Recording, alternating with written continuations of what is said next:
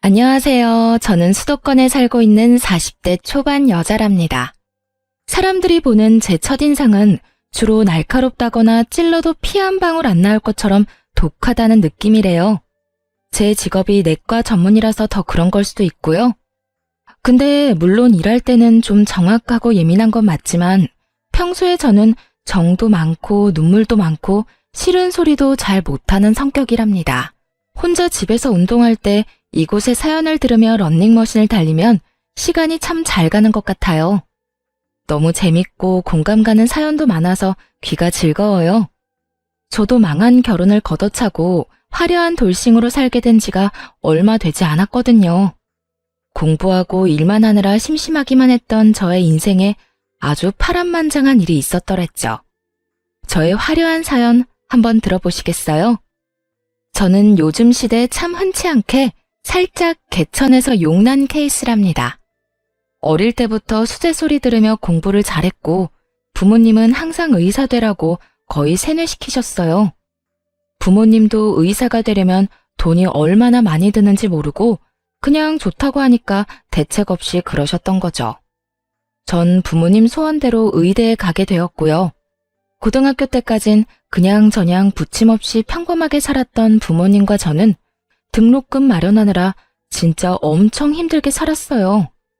아버지도 퇴근하시고 대리기사 하시고 전업주부였던 엄마도 알바를 2개나 하셨고요. 저도 공부하느라 너무 힘들었지만 일주일에 과외를 3개나 하면서 진짜 힘들게 공부했네요. 그래서 다행히 의대를 졸업하고 전문의 과정도 무사히 끝낼 수 있었죠. 사람 마음이 참 간사한 게 한 고비 끝나면 또 다른 고비가 오고 또 다른 생각이 들잖아요.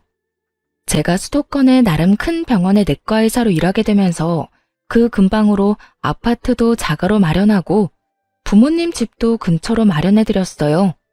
그러다 보니 30 후반이 되었더라고요. 이제 여유가 생기니 부모님이 결혼을 말씀하시기 시작했죠. 저도 지금까지 일만 하느라 대학 시절 잠깐 해본 풋사랑이 전부였거든요. 그래서 여자로서의 제 인생이 좀 불쌍하긴 하더라고요. 부모님이 소개해주는 사람 몇 번 만나면서 소개팅도 좀 해보기 시작했어요. 근데 다 저와는 맞지 않는 사람들이었고 저라는 사람 자체보다는 제 직업에 관심을 두는 게 너무 보여서 실망을 많이 했네요. 다음 주 주말에 시간 좀 내봐라. 너보다 2살 어린데 아주 괜찮은 총각이란다. 나 그냥 결혼 안 하고 이렇게 살래요. 요즘은 결혼 안 하고 사는 사람도 많아요. 괜히 이상한 사람 만나는 것보단 일하면서 아빠 엄마 모시고 살게요. 예, 쓸데없는 소리 하지 마라. 너 돈 잘 버는 게 우리한테 효도하는 것 같아? 좋은 남자 만나서 손주 안겨주고 행복하게 사는 모습 보여주는 게 우리한테는 더 효도하는 거야. 아니 그럼 의사 되라고 닥달하지 말고 시집이나 일찍 보내지 그랬어요. 지금 나이가 40이 다 돼가는데 괜찮은 남자가 있냐고요. 그러게 의대 다닐 때 동기 하나 좀 물어서 결혼하라니까. 그거 하나 못해서는. 다른 의사들은 다 결혼해서 잘 살던데 너만 바쁘니? 잔소리 말고 주말에 나가봐. 알았어? 어릴 때부터 저에게 좀 강요하는 부모님이 너무 답답하고 싫었던 적도 많았어요. 이 나이에도 부모님이 결정하는 대로 살아야 되나 싶어 반항하고 싶은 마음이 들었죠. 일단 그렇게 주말에 기대 없이 나가봤는데요. 지금껏 만난 남자들보단 키도 크고 늘씬한 게 훈남이더라고요. 배불뚝이나 대머리 아니면 키가 저보다 작은 남자들만 보다가 호감형인 남자를 보니 처음부터 제가 좀 마음이 열렸었나 봐요. 제약회사 영업직 대리답게 서글서글하게 말도 참 잘하고 데이트도 부드럽게 리드를 잘해주더라고요. 나보다 누난데 왜 이렇게 귀엽지? 그냥 내가 확 데리고 살까? 진짜 여자 많이 만나봤죠? 어쩜 그런 말을 그렇게 능글맞게 잘도 해요? 제가 뾰족하게 굴어도 진짜 제가 마냥 귀엽다는 듯이 대하는 모습에 어느새 저도 푹 빠져버렸답니다. 3번 정도 만나고 본격적으로 사귀는 사이가 되었어요. 1년 좀 안 되는 기간을 연애에 푹 빠졌더랬죠. 부끄럽지만 제가 제대로 해본 처음 연애였거든요. 남친 덕분에 너무 행복하고 하루가 즐거워서 이래서 다들 연애를 하나 보다 싶었죠. 헤어질 때는 너무 아쉬워서 진짜 빨리 결혼해서 같이 살고 싶다는 마음까지 들었다니까요. 제 마음을 알았던 건지 저랑 같은 마음이었는지 남친이 드디어 저한테 청혼을 했어요. 자기가 나보다 너무 능력 있고 예쁘고 잘나서 내가 진짜 혼자 고민을 많이 했어. 자긴 벌써 자기 명의로 된 아파트도 있고 연봉도 나보다 훨씬 많은데 나 같은 사람이 눈에 차겠어? 그게 무슨 말이야. 난 요즘 자기 때문에 울고 웃는데. 난 내가 의사라서 내가 더 잘났다는 그런 생각 안 해. 오히려 자기한테 내가 배우는 게 많은데? 자기가 그렇게 생각해준다면 정말 다행이다. 그리고 난 홀어머니랑 둘이 살잖아. 우리 집이 그렇게 넉넉하지도 않아서 자기 부모님이 날 잘 봐주실지도 너무 걱정이야. 그럼에도 불구하고 난 자기랑 평생 행복하게 잘 살고 싶어. 나랑 결혼해 줄래? 특별할 것 없는 프로포즈였지만 난생 처음 받아보는 남친의 진실한 청혼에 저는 바로 승낙했죠. 이때까지만 해도 진짜 핑크 구름 속에서 둥둥 떠다니는 것 같았고 평생 이렇게 행복하게 살 줄만 알았네요. 이게 지옥문을 열고 들어가기 직전이라는 것도 모르고 말이죠. 상견례 전에 시모를 처음 만나게 되었는데요. 긴장한 것과 다르게 만나자마자 제 손을 꼭 잡아주시면서 정말 다정하게 대해주셨어요. 우리 아들 인물이 그래도 빠지진 않은데 노총각이 다 되도록 왜 결혼을 안 하나 했더니 우리 새아가처럼 잘나고 참한 여자를 만나려고 지금까지 기다렸는가 싶다. 그럼요. 내가 우리 어머니처럼 멋진 여자 찾고 찾다가 드디어 우리 아영이를 만났죠. 날씨가 쌀쌀하니까 얼른 밥 먹으러 들어가요. 자자 갑시다 우리 여왕님들. 같이 초밥을 먹으러 갔는데 저한테 해주는 것처럼 시모한테도 다정히 챙겨주고 농담하면서 분위기를 푸는 모습을 보니 더욱 남친에 대한 확신이 생겼던 것 같아요. 식당에서 오래 일하다가 이제 쉬고 있다는 시모는 말도 조곤조곤하게 하고 얌전하신 분인 것 같다는 느낌이었죠. 네가 의사라는 건 들었다. 우리가 그렇게 좋은 형편이 아닌데 의사 며느리 대접을 잘해줘야 되는데 걱정이구나. 우리 한가족 되면 내가 며느리 배려하면서 대접 톡톡 해주면서 살게. 걱정하지 마렴. 엄마는 이렇게 예쁜 며느리 시집살이 시킬 데가 어디 있다고 그런 말을 해요. 엄마 혹시라도 나 몰래 이 사람 구박하면 나 진짜 들고 일어납니다. 내가 우리 두 여왕님 잘 떠받들면서 살 테니까 우리 평화롭게 잘 살자고요. 넉살 좋게 시모한테 경고 아닌 경고를 하는 남편이 은근히 듬직해 보였어요. 저와는 진짜 반대인 성격이라 어디에서도 환영받는 남편 성격이 참 좋아 보이더라고요. 그런 남편을 좋게 본 건 친정 부모님도 마찬가지였어요.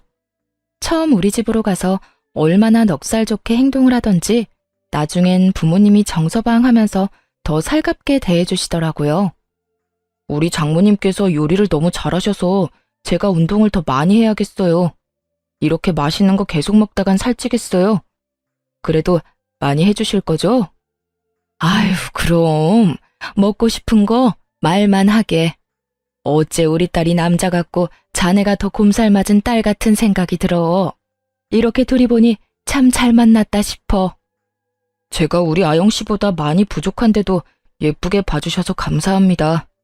아버님, 어머님 잘 모시고 앞으로 잘 살겠습니다. 저를 이렇게 받아주셔서 감사합니다. 어쩜 말도 저렇게 예쁘게 하는지 몰라.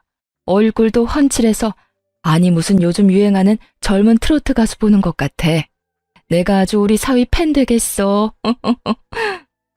그렇게 양가의 축복을 받으면서 꽤 성대하게 결혼식도 올렸어요. 신혼집은 제가 살던 아파트에서 그냥 시작하기로 했고 남편이 텔레비전을 큰 사이즈로 바꿔온 것 빼고는 있는 그대로 살았네요.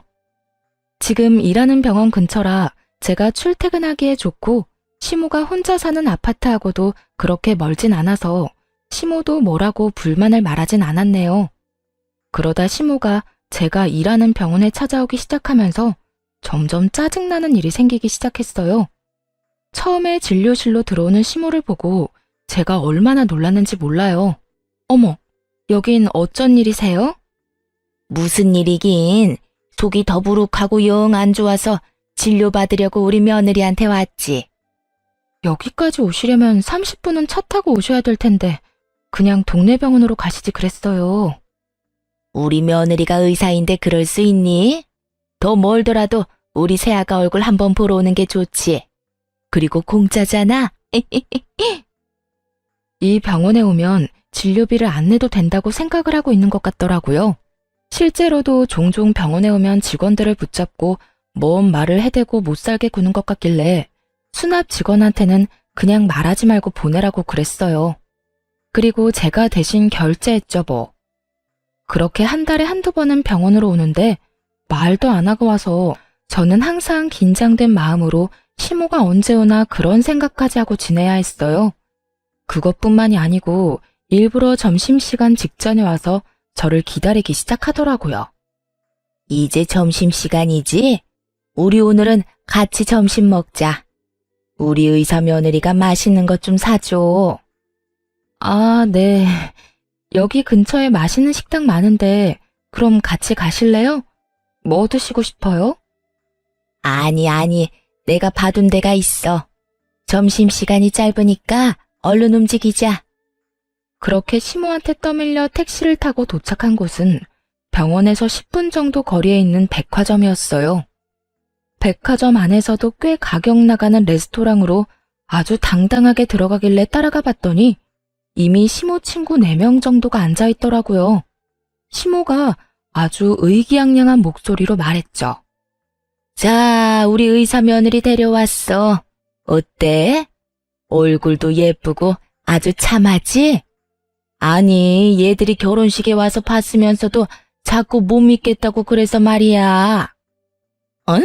진짜 의사인데 얼굴도 곱네. 반가워요. 오늘은 우리 며느리가 쏠 테니까 마음껏 먹고 싶은 것들 먹어. 내가 왕년의 최정란이가 아니야. 이제 의사 며느리 둔 최정란이라 이거야. 시모와 친구들 사이에서 엄청 불편하게 밥 대충 챙겨 먹고 거의 30만 원 나왔는데 아무 소리 못하고 결제해버렸죠. 이게 한 번뿐이면 제가 그러려니 하고 넘어갔을 거예요. 의사 며느리 자랑하고 싶어서 그러려니 하고 말이죠. 근데 이게 일주일에 한 번은 꼭 점심시간 맞춰서 연락이 오는데 점점 스트레스를 받기 시작했죠. 이제 점심시간이지? 나 여기 병원 앞 사거리에 소갈비집에 와 있거든. 그리로 점심 먹으러 오너라. 저 오늘은 점심 약속이 있어서 못 갈 것 같아요. 맛있게 드시고 가세요. 뭐? 못 오면 어떡하니? 내 친구들이랑 지금 같이 있단 말이야. 정 그러면 잠깐만 와서 계산 좀 해주고 가. 내 체면은 세워줘야지. 며느리 자랑 실컷 했는데 내가 뭐가 되니? 안 가면 병원까지 쫓아올 기세길래 어쩔 수 없이 식당으로 가야만 했어요. 너무 바쁘고 힘들어서 점심시간에 좀 쉬고 싶었는데 시모 때문에 너무 힘들더라고요. 제가 가니까 또 한바탕 시모의 자랑이 이어졌고요. 저는 남은 음식 깨작대며 먹으면서 왁자지껄하는 소리만 멍하게 듣고 있었네요. 우리 며느리가 여기 건강한 내과 전문이잖아. 내가 몸 안 좋을 때마다 가는데 얼마나 지극정성으로 잘해주는지 몰라. 앞으로 우리 며느리 봐서 저기 내과로 가. 어머, 나 그럼 지금 머리가 너무 아픈데 의사시니까 지금 나 진료 좀 봐줘요. 잠깐 맥 좀 짚어줘봐. 그래, 새아가. 여기서 잠깐 봐줘봐라. 제가 한의사도 아니고 무슨 맥을 짚어요. 진료 원하시면 병원에 직접 오셔서 받으셔야 되고요. 이런 데서 진료하는 건 불법이에요. 저 이제 진료 시간 다 돼서 이만 가볼게요. 갑자기 짜증이 몰려와서 더 있다가는 진짜 소리라도 지를 것 같더라고요. 그래서 시모가 실컷 먹은 밥값을 계산하고 밖으로 나와버렸죠. 시모가 저를 따라 나오더라고요. 어머니, 앞으로는 오기 전에 하루 전엔 연락 주고 오세요. 저도 일하는 사람인데 무슨 구멍가게 오시듯이 그렇게 자꾸 오시면 제가 다른 직원들 보기 민망해요. 그리고 점심시간에 오시는 것도 좀 자제해 주세요. 저 너무 바빠서 원래 점심시간에 밥 안 먹고 쉬어야 돼요. 근데 요즘 어머니 때문에 쉬질 못하니까 너무 힘드네요. 어머, 뭐? 네가 그렇게 말하니까 내가 너무 서운하다. 내가 뭐 돈 때문에 그러니? 친구들이 너 보고 싶다고 하고 나도 우리 잘난 며느리 자랑하고 싶어서 그런 거지. 시모가 풀 죽어서 말을 하니까 꼭 제가 나쁜 사람이 된 것 같은 기분이 들었어요. 남편한테도 몇 번이나 말을 해봤지만 그때마다 다른 말로 돌려서 대화를 끝내지 못한 적이 많아요. 이번엔 작정하고 말을 했어요. 자기가 어머님한테 말해준다며 오늘 또 친구들하고 병원 근처 고깃집에 오셨어. 점심시간에 나 부르는 것 때문에 얼마나 스트레스 받는지 알아? 엄마가 얼마나 자기를 자랑스러워하면 그러시겠어. 난 장모님이 우리 회사 오시면 엄청 반갑고 좋을 것 같은데. 자기는 이렇게 보면 좀 차가운 면이 많아. 무슨 말을 그렇게 해? 그렇게 수시로 찾아오셔도 나 앞에서는 싫은 소리 안 하고 밥 다 사드렸어. 이런 말 안 하려고 했는데 무슨 백화점 식당 아니면 갈비집 아니면 비싼 일식당만 가시고 금액이 얼마나 많이 나오는지 알아? 그럼 앞으로 어머니 찾아오면 당신이 돈 대신 내줘. 당신 연봉이 얼만데 그깟 밥값 가지고 그래. 알았어. 화내지 마. 주름 더 생겨. 내가 엄마한테 잘 말씀드려 볼 테니까. 요즘 따라 제 외모 가지고 자꾸 한 소리씩 하는 남편이 거슬리더라고요. 여기서 제 주름 얘기는 왜 나오나요? 이런 식으로 살짝 말을 바꾸거나 슬쩍 넘어가는데 도 같아서 제가 말싸움에서 이길 수가 없었어요. 남편이 말을 하긴 했는지 시모가 병원으로 찾아오는 날이 확 줄었어요. 저도 다시 일에 열중할 수 있었고 시모와 작은 마찰들이 있긴 했지만 그럭저럭 지나가다 보니 그렇게 2년 정도가 지났어요. 어느 날 시모가 대뜸 주말에 오라고 하길래 남편과 함께 가봤더니 앓는 소리를 해대더라고요. 내가 너랑 사이가 멀어질까봐 얘기는 안 했지만 요새 너무 나한테 소홀한 거 아니니? 네가 바쁜 건 알지만 그래도 며느리로서의 도리는 최소한 해야 되는 거 아니냔 말이야. 갑자기 그런 말씀하시니 당황스럽네요. 저는 그래도 못한 거 없다고 생각하는데요. 그렇게 생각한다는 자체가 틀렸다는 거야. 해도 부족하다고 생각해야 고부간의 사이가 돈독해지는 거 아니겠니? 어머니가 달라는 대로 용돈 다 드렸고 자주 급하다고 100만 원, 200만 원씩 빌려가시는 돈 저 한 번도 달라고 말씀드린 적 없어요. 그냥 드리는 거라고 생각했고요. 넌 가만 보면 다 돈으로만 해결하려고 하더라. 사람이 마음이 중요한 거지. 내가 너무 외롭고 허전해서 친구들이랑 여행을 좀 가려고 하거든.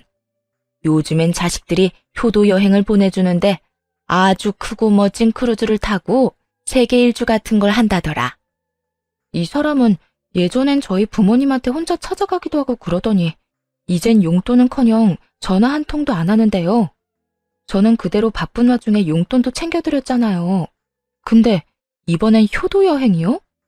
아들한테 보내달라고 하시면 되겠네요. 아, 갑자기 왜 나를 걸고 넘어져? 내가 바빠서 요즘 장인 장모님한테 소홀했는데 그게 그렇게 서운했어? 그럼 직접 나한테 말을 하지 여기서 뭐야? 엄마, 그거 여행 가세요. 얼만데요? 어머 진짜? 역시 우리 아들이 최고야. 1,000만 원인데 일단 계약금 200만 원을 걸어야 돼. 금액은 할부로 내도 되고. 근데 우리 의사 며느리가 그깟 1,000만 원이 부담되겠니? 어머니는 제가 무슨 어머니 지갑인 줄 아시나 봐요. 뭔 일만 있으면 다 저한테 돈을 달라고 하세요.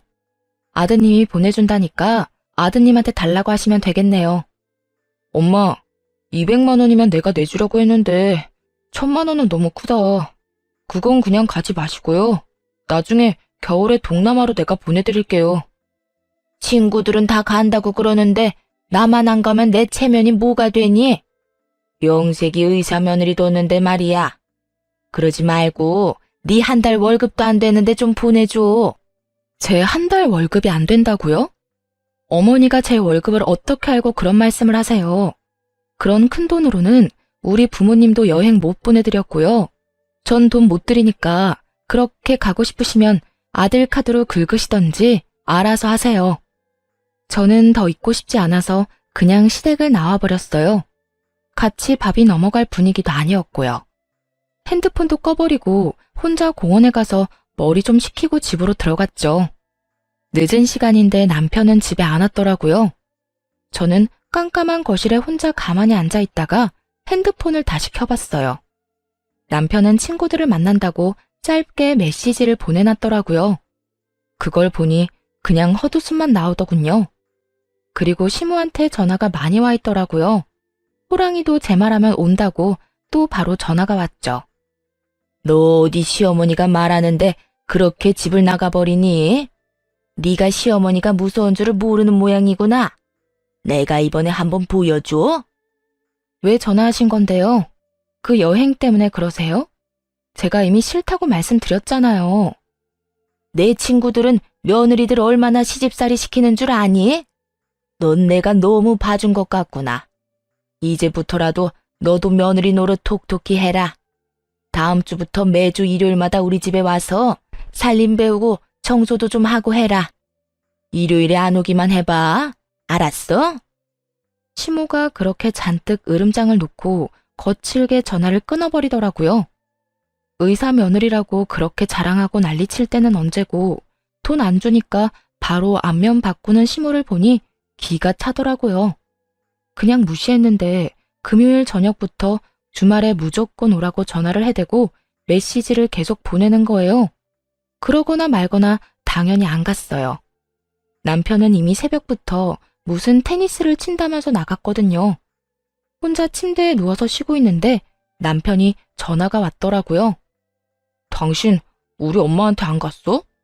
일요일에 가기로 했다며. 나한테 전화하고 난리셔. 빨리 가봐. 내가 왜 가? 난 간다고 한 적 한 번도 없는데? 당신이 아들인데 왜 나한테 자꾸 그 비싼 여행을 보내달라고 하는 거야? 당신이 보내드려. 난 며느리로서 내 도리는 다 했다고 생각해. 효도는 셀프 몰라? 내가 1,000만 원짜리 여행 보내드릴 여유가 어딨어. 당신은 능력이 되잖아. 며느리로서 그 정도 해드릴 수 있잖아. 능력이 없으면 다른 걸로라도 최선을 다해야 되는 거 아닐까? 당신이 지금 남편 역할, 아들 역할 잘하고 있는지 한번 자신을 돌아봐. 난 2번 말하기 싫으니까 당신이 어머님한테 말씀드려. 저의 차가운 태도를 보고 남편이 금세 입을 다물더군요. 남편이 말을 한 건지 만 건지 시모는 정신 못 차리고 계속 오라고 난리를 쳤죠. 너 내 말 무시하니? 주말에 그렇게 오라는데 어떻게 한 번을 안 와? 너 진짜 안 되겠다. 너 오늘 저녁에 퇴근하고 당장 우리 집으로 와서 저녁해. 알았어? 내일도 안 오면 진짜 가만 안 있을 거야. 이제 진짜 별 어거지를 다 부리더라고요. 전 남편한테 전화해서 퇴근하고 시모한테 가보라고 했죠. 시모가 맛있는 저녁 해놨다고 먹고 오라고 말이죠. 저는 어차피 야간 진료를 하는 날이었기 때문에 병원에 있었는데요. 저녁 8시쯤 되자 시모한테 또 연달아 전화가 왔어요. 너 진짜 한번 해보자 이거야? 내가 만만하게 보여? 너 와서 저녁하라니까 왜 우리 아들을 보내? 전 오늘 야간 근무라 못 가요. 제 대답은 듣지도 않고 계속 오라고 소리만 치시니까. 대신 아드님 보내드린 거잖아요. 뭐가 잘못됐나요? 이게 무슨 경우 없는 짓이야? 내가 너 오라고 했지. 우리 아들은 일하느라 피곤한데 이 시간에 여길 왜 오라고 하니? 저는 밤 10시까지 진료 보는데 전 안 힘든가요? 왜 이렇게 저를 못 괴롭혀서 난리예요? 그 여행비 안 들여서 그러는 거예요? 그래, 나 그 여행 꼭 가야 된다. 다달이 용돈 더 주는 셈 치고 할부라도 해줘 그럼. 너무 지긋한 굴레에서 벗어나고 싶은 마음에 그깟 200만 원 바로 보내버리고 말자 싶었죠. 알았어요. 돈 드릴 테니까 저 그만 괴롭혀요. 일단 계약금 200만 원만 드릴게요. 진짜니? 역시 우리 며느리답다. 의사답게 화끈하고 통도 크구나. 고맙다. 아들은 내가 밥 먹여서 보낼 테니까 끝나고 집 가서 푹 쉬어라.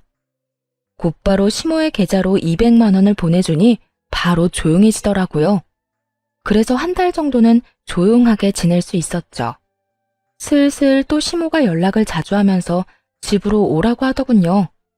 그래서 평일 저녁에 남편 없이 저 혼자 갔는데 글쎄 시모가 가자마자 과일이며 빵이며 이것저것 먹으라며 챙겨주는 척을 하더니 본론을 꺼내더군요.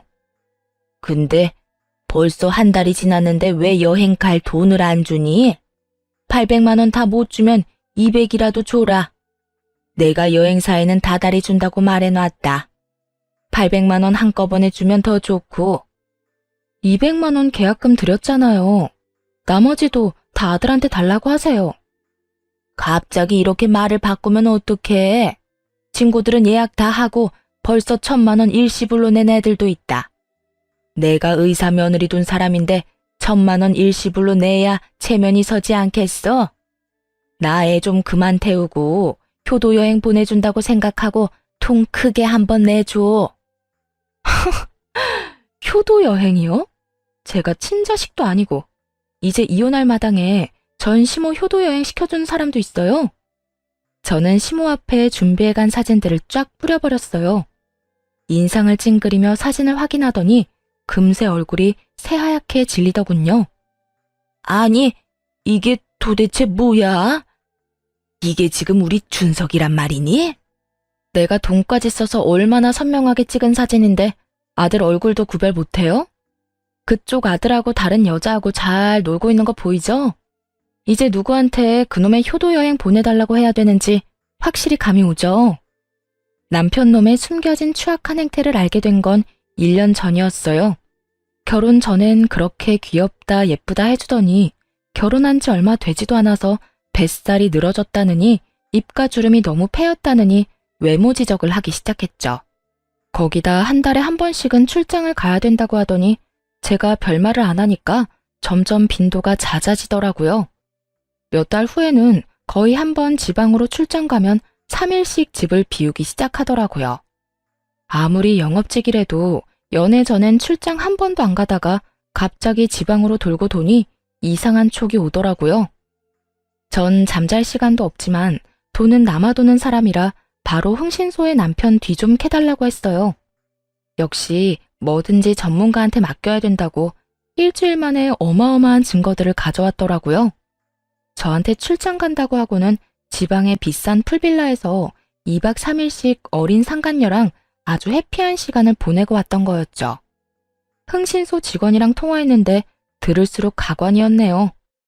같은 팀에 입사한 신입사원인데 나이 차가 좀 나네요. 신상 조회해드릴까요? 네, 소송 걸어야 되니까 싹 해주시고요. 뭐 다른 증거 제가 찾아야 될 건 없어요? 블랙박스는 가능하시면 한번 확인해 보세요. 미행하면서 보니까 세컨폰이 있는 것 같더라고요. 아마 차에 놓고 다닐 것 같으니까 그거 찾으면 증거는 충분하실 것 같네요. 남편은 전혀 눈치를 못 챘으니 밤에 들어와서 아주 세상 모르고 잠을 잘 자더라고요. 그래서 남편 차에 가서 블랙박스 다 찾아보고 세컨폰도 쉽게 찾을 수 있었죠. 제가 절대 모를 거라고 생각했는지 비밀번호도 안 걸어놓고 아주 당당하더라고요. 덕분에 아주 편하게 증거 수집 잘했네요. 상간녀는 남편 놈보다 15살이나 어렸는데 아주 남편이 비싼 식당에 다 데리고 다니며 밥 사 먹이고 명품 지갑이며 화장품이며 다 사다 날라줬더라고요.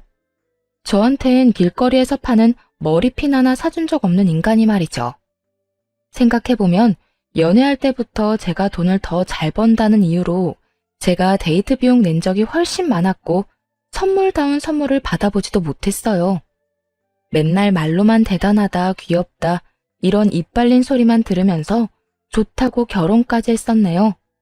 거기다 남편 놈이랑 상간녀가 나눈 메시지를 읽으니 더욱 제가 호구였다는 사실을 실감할 수 있었어요.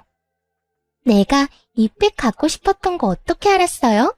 역시 우리 오빠는 잘생긴 데다가 능력까지 있어서 너무 멋있어. 정말 고마워요. 잘 쓸게요. 저번에 백화점에서 한참 보는 거 알아놨지. 내가 우리 애기 가방 하나 못 사주겠어? 나한텐 돈 들어오는 든든한 지갑이 있잖아. 못생기고 나이 들었어도 그래도 의사니까 산다는 마누라님? 우리 사랑에 금전적으로라도 도움을 주니까 그래도 우리한테 필요하기라고 해야 되나요?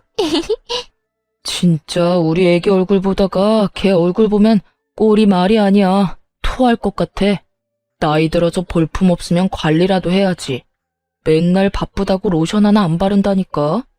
진짜 여자로 전혀 안 느껴져. 우리 자기한테 여자는 나 하나면 되잖아. 우리 다음 주에 여수 풀빌라 가는 거 맞지? 거기 너무 가고 싶었는데 예약해줘서 고마워요. 우리 애기가 가고 싶다는데 그 정도야 당연하지. 우리 다음엔 휴가 날짜 맞춰서 하와이 한번 갈까? 내가 마누라 전에 자기를 일찍 만났어야 되는데 진짜 집에 들어가기도 싫다. 남편의 추악한 진심을 알게 된 그날, 저는 제 차 안에서 가슴을 치며 통곡했어요. 저는 늦게 한 결혼인 만큼 나름대로 최선을 다했고, 남편이 집안일 한 번을 안 도와줘도 잔소리 한 번 안 하고 참고 살았어요. 서운한 부분이 있어도 괜히 남편이 나 때문에 자격지심 생겨서 그런 걸까봐 혼자 전전긍긍하기도 했고 말이죠. 근데 상간녀한테 말하는 저에 대한 본심을 확인하니 저 혼자 노력했던 결혼 생활이 다시 머릿속에서 지나가며 마치 퍼즐이 맞춰지듯이 저 혼자 남편을 사랑했었다는 것을, 남편은 저를 그냥 인생의 보험으로 봤을 뿐이라는 것을 알게 됐어요. 저는 이를 악물고 남편한테 제대로 복수해주기로 결심했어요. 그래서 지난 1년간 남편의 외도를 전혀 모르는 척하면서 출장 간다고 하면 오히려 흔쾌히 보내줬죠. 그리고 남편 놈을 한 방에 보내버릴 증거들을 꾸준히 모아왔어요. 제가 던져준 사진들을 확인한 시모는 오히려 안면을 확 바꿔서 뻔뻔하게 굴더라고요. 뭐 이런 사진 가지고 지금 뭘 할 수 있니? 직장 동료랑도 야유회인가 뭐 그런 걸로 갈 수도 있는 거고 사진도 뭐 별거 없구만. 내가 갖고 있는 게 그게 다일 것 같아요? 맛보기용으로 가장 약한 걸로 보여준 건데요. 소송 들어가면 제대로 다 보여줄게요. 뭐? 소송? 너 진짜 우리 아들이랑 이혼이라도 할 거란 말이니? 너도 이제 금방 50인데 네가 우리 아들 같은 남자 또 만날 수 있을 것 같아? 남자 바람은 말 그대로 스쳐 지나가는 바람일 뿐이야. 남자들은 호기심이 있어서 한 번씩은 다 바람 핀다더라. 그러니까 그냥 한 번만 이해하고 넘어가 줘라. 남편이라고 아무 도움도 안 되는 인간, 내가 뭐하러 데리고 살아요. 도움 안 될 거면 차라리 나도 더 어리고 잘생긴 남자 데려다가 즐기고 사는 게 낫겠네요. 당신 아들이 뭐 잘난 게 있어요? 그 나이에 그 쥐꼬리 같은 월급 받는 주제에 어린 여자랑 바람을 피는데 말이죠. 그 못난 인간이 바람 필 때도 지 마누라가 의사란 걸로 여자를 꼬시더라 이 말이에요. 진짜 찌질하지 않아요? 니네 부부 문제는 니네가 알아서 하고 일단 여행 갈 돈만 좀 줘. 정 안 되면 빌려주면 내가 다달이 갚을게. 지금 내 친구들 다 간다는데 나만 못 간다고 그러면 얼마나 뒤에서 말이 나오겠니? 지금 이 마당에 그놈의 여행이 중요해요? 어차피 계약금 200만 원도 당신 아들 돈이었으니까 나머지도 아들한테 받아내요. 그 돈이 우리 준석이 돈이라고? 그렇게 돈 잘 버는 네가 줘야지 어떻게 우리 아들이 돈을 냈어? 이혼한다는 말보다 계약금이 제 주머니에서 나온 돈이 아니었다는 게 시모한테는 더 충격인 모양이었죠. 아주 개거품을 물면서 흥분을 하더군요. 그 꼴이 얼마나 웃기던지 사실대로 다 말해줬어요. 증거 수집이 다 됐다 싶었을 때 친정 부모님께 찾아가서 다 말씀드렸어요. 워낙 남편 놈을 좋게 보셨던 두 분이라 한참 동안 충격으로 말씀이 없으셨답니다. 세상에 믿을 놈 하나 없다더니 우리 앞에서는 그렇게 살갑게 대해놓고 뒤로는 그런 몹쓸 짓을 하다니. 이혼은 당연하고 이 땅에서 발 딛고 못 살게 만들어버려라. 그놈이 명절하고 어버이날에 50만 원씩 줬어. 우리야 너한테 용돈을 넉넉히 받으니 고마운 마음으로 쓰지 않고 모아두고 있었거든. 그거 홀랑 안 써버리길 얼마나 잘했니? 이거 네가 가져가서 돌려주든 어떻게 해버려라. 어머니가 돈이 든 봉투를 저한테 건네주시더라고요. 그 돈이 바로 시모한테 줬던 계약금 200만 원이었거든요. 며느리 돈을 더 쓰지 못한 게 억울했는지 시모가 얼굴을 일그러뜨리면서 울기 시작했어요. 아이고, 며느리라는 게 시애미를 감쪽같이 속이고 우리 아들 돈으로 계약금을 내? 어쩜 이렇게 못됐을까? 며느리 하나 잘못 들여서 집안 꼴 잘 돌아간다. 네가 이따위로 구니까 우리 아들이 너한테 질려서 더 어린애한테 마음이 간 거 아니냐? 엄마가 생각하는 게 이따위니까 아들도 그따위로 사는 거 아니에요? 내 돈 못 쓴 게 그렇게 억울해요? 난 당신 아들한테 철저히 속았는데 당신들한테 쓴 내 돈이며 내 시간은 어떻게 보상할 건데. 그때였어요. 우당탕탕 문이 열리면서 남편 놈이 뛰어들어왔죠. 급하게 달려왔는지 평소와는 다르게 머리도 다 헝클어지고 양복 셔츠도 삐져나온 모습으로 제 앞에 바로 납작 무릎을 꿇더라고요. 여보, 진짜 다 오해야. 그냥 출장을 같이 몇 번 가다 보니까 당신이 오해를 한 것 같은데 절대 그런 사이 아니야. 걔가 나보다 몇 살이 어린데 그런 애송이랑 말도 안 되는 소리야. 그러게, 그렇게 어린 년이랑 정신 연령이 똑같아서 그런가 아주 잘 맞더라. 내가 사진만 몇 장 올려주니까 증거가 그게 다인 줄 알아? 네 놈들이 나눈 메시지도 한가득이야.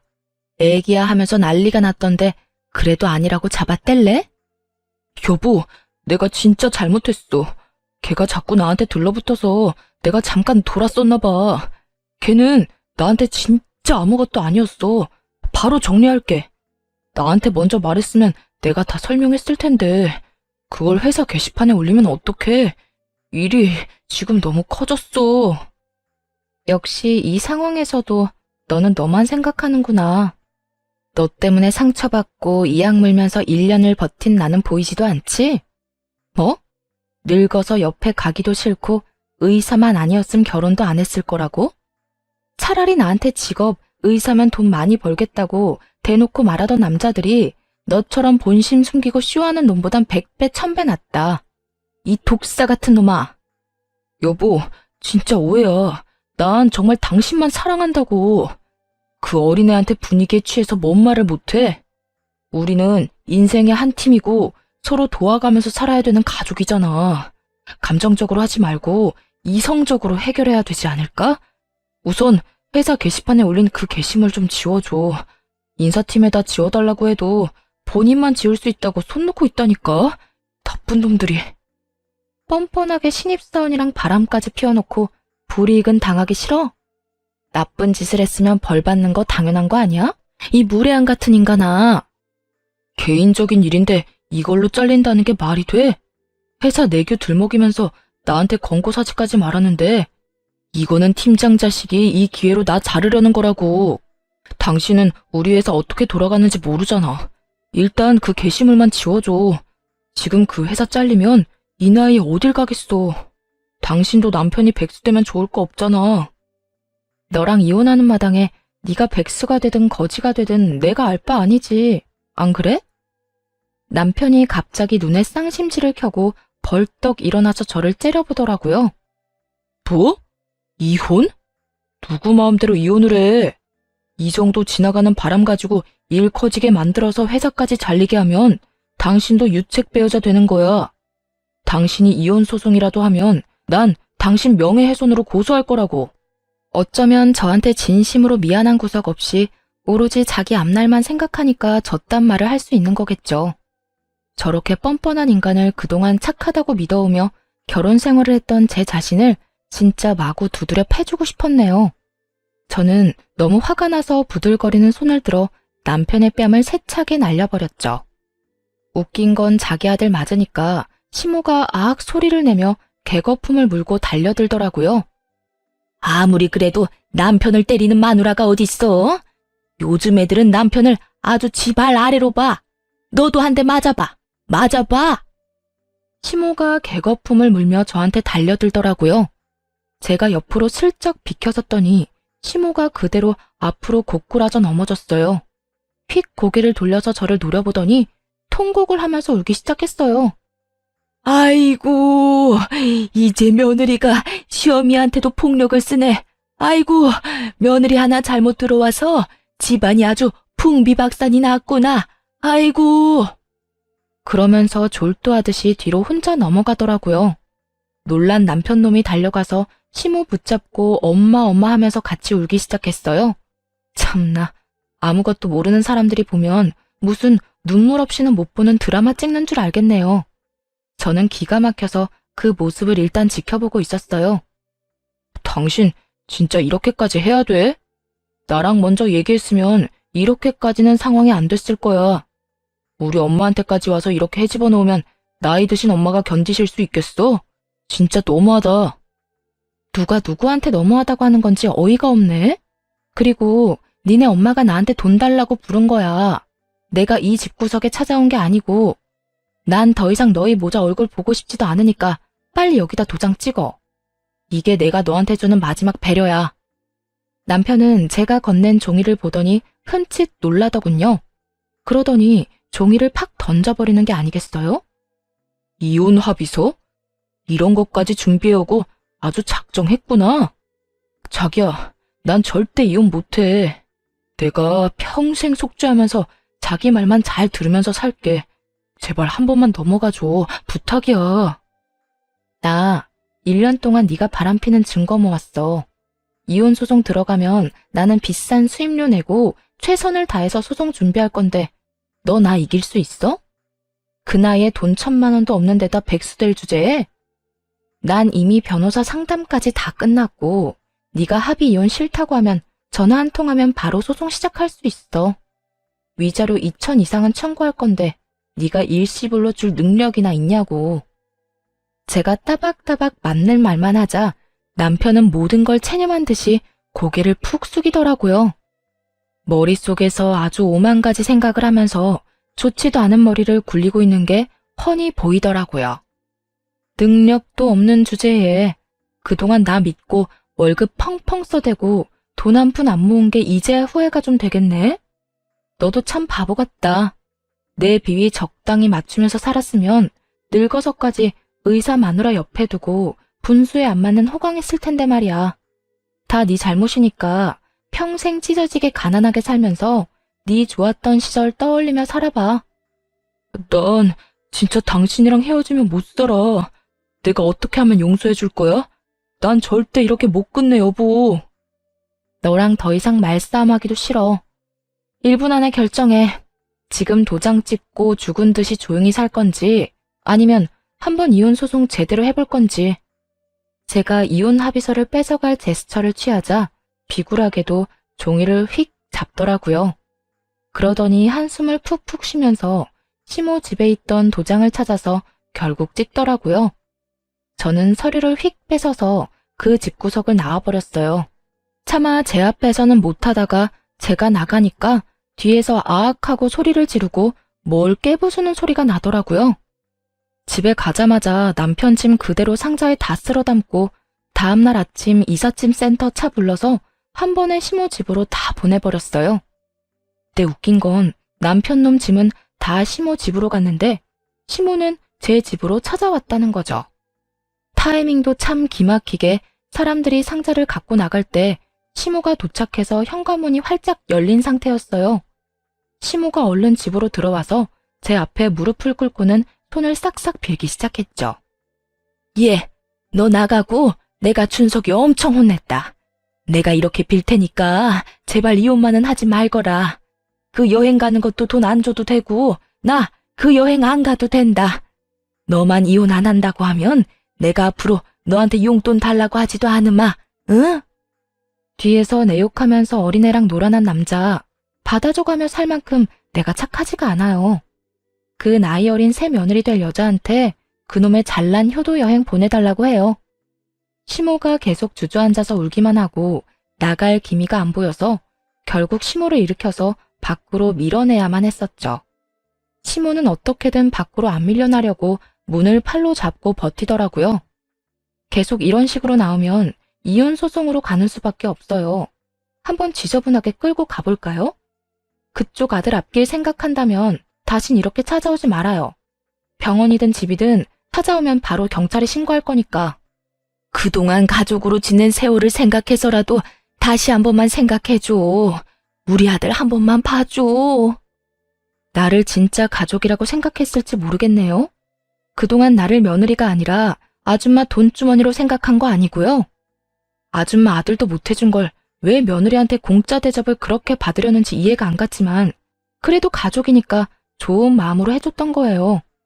그런 내 마음을 이용하고 기만한 건 아줌마랑 아줌마 아들이고 그렇게까지 말했는데도 아직도 저를 우습게 보는 건지 시모는 움직일 기미가 없더라고요.